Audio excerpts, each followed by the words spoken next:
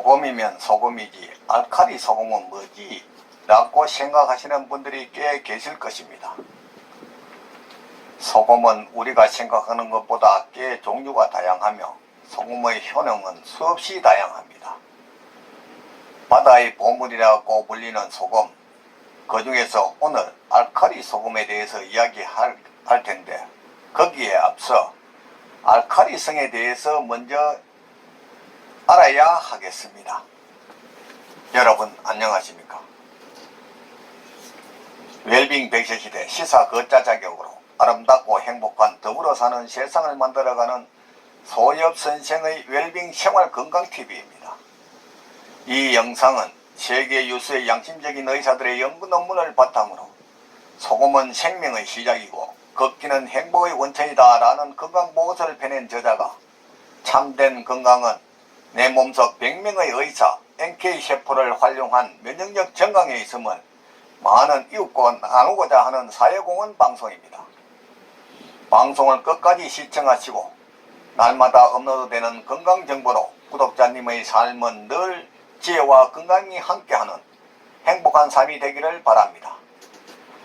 영상 시청에 앞서 오른쪽 빨간색 구독 버튼과 알림 설정, 그리고 왼쪽에 엄지척 좋아요 버튼을 눌러주시면 웰빙 100세 시대 건강 컨텐츠 제작에 큰 힘이 될 것입니다. 제 영상 시청은 언제나 무료입니다. 오늘은 알칼리 소금의 효능이라는 주제로 말씀드리겠습니다. 점점 날이 더워질수록 생각나는 건 시원한 수박 화채, 다양한 과일을 찾게 되는데요. 과일을 고를 때는 보는 기준이 있습니다. 과일은 당도, 산도를 기준으로 삼아서 고르게 됩니다. 그런데 여기서 우리가 주목해야 할 것은 과일뿐만 아니라 우리의 몸에도 당도와 산도가 있다는 것입니다. 산도라고 하면 아무래도 자연스럽게 크라운 산도라는 과자가 떠오르는 분들도 있을 것입니다.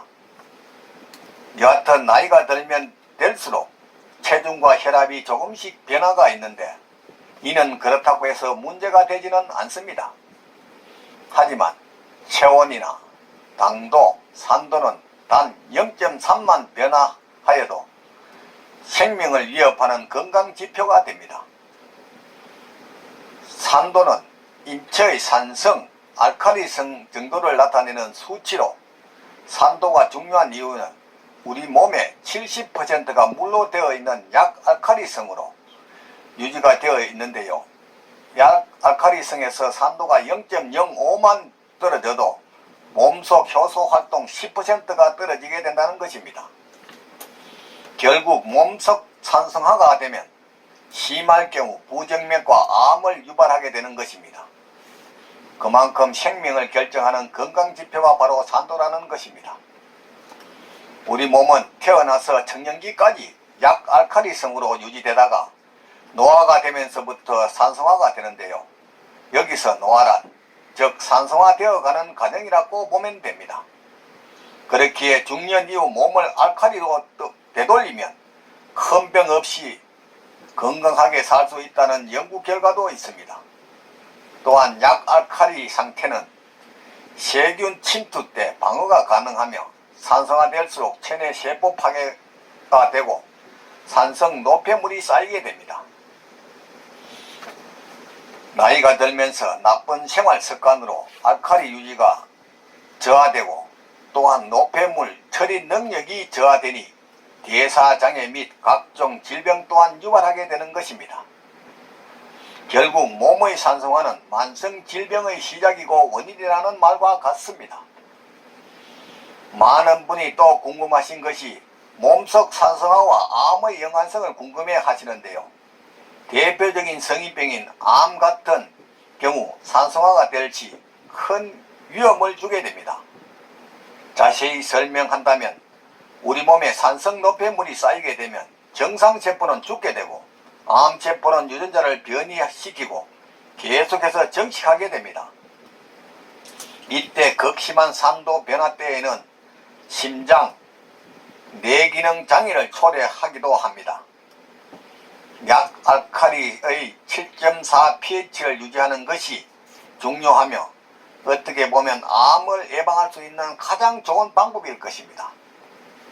결국 우리 몸은 알칼리로 유지가 되어야 하는데요. 알칼리 식품을 점점 많이 섭취하게 되면 체내 알칼리가 계속 저축되고 건강한 상태가 됩니다. 반대로 산성식품을 섭취하면 체내 산성화가 되면서 알칼리로 중화하려고 하니 균형이 못 잡게 되면 병이 생기거나 건강의 파산과 같은 개념이 됩니다.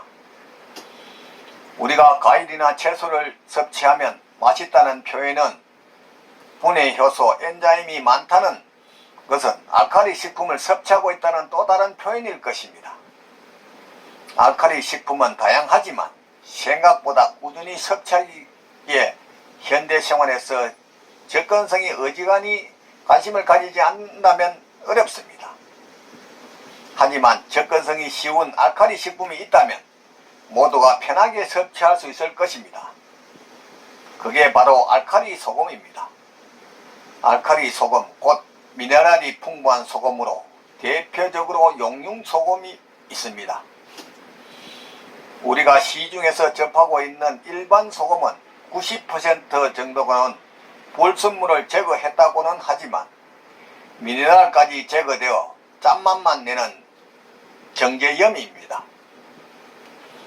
자주 많이 먹게 된다면 우리 몸에 좋은 영향을 주기엔 다소 힘든 것은 당연하고 전문의들이 소금을 만병의 근원이라며 소금 제한론을 펼치는 소금이 바로 정제염입니다.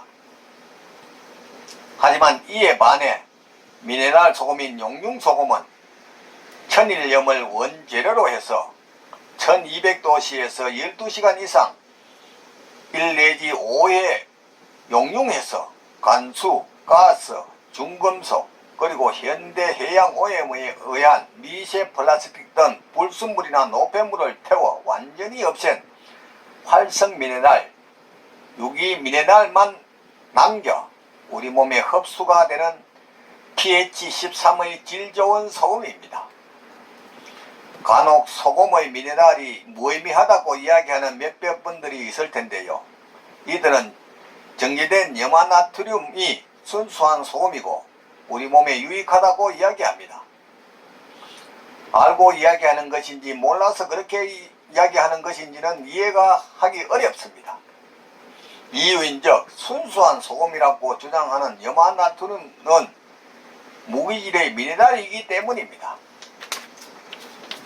미네랄이 우리 몸에 부정적이라고 이야기할 거면 소금 자체를 먹지 말아야 한다고 주장해야 그나마 설득력이 있어 보이지 않겠습니까? 과연 인류가 소금을 섭취하기 시작하면서 정제된 염화나트륨을 섭취하면서 살아왔을까요? 절대 그렇지 않습니다. 결론은 하나입니다. 열이온화되어 우리 몸에서 바로 흡수 이용할 수 있는 활성 미네랄 소금을 선택해야 하는 부정할 수 없는 단 한 가지 이유입니다. 유기 미네랄의 알칼리 소금은 우리 몸의 산과 알칼리의 균형을 맞추어 주는데 더없이 많은 도움을 주며 몸이 알칼리화 될 때 아디포넥틴이라는 지방세포에서 분비되는 착한 호르몬이 분비되어 비만과 당뇨, 동맥경화를 예방하는 데 도움을 주게 됩니다. 아디포넥틴이 증가하려면 약 알칼리성 유지가 핵심이 되는 것입니다. 아디포넥틴이 풍부한 음식은 대표적으로 강황과 포도 껍질, 땅콩이 있습니다.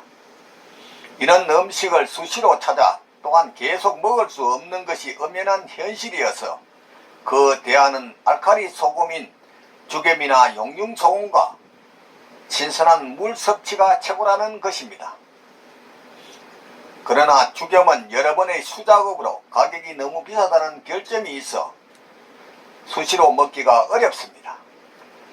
그러나 용융소금은 값싸고 질까지 좋아 우리가 응급실이나 병원 입원 때 제일 먼저 처방받는 링거주사액처럼 용융소금을 물에 녹여 0.9% 시험수로 마시거나 요리할 때 사용하면 몸속 노폐물과 독소 색소를 흡착하여 소변, 대변, 땀 등으로 배출하여 혈액순환을 원활히 하여 산성화된 몸을 알칼리로 환원하는 등 건강을 지키는 지혜이자 현명함을 증명해 줄 것입니다.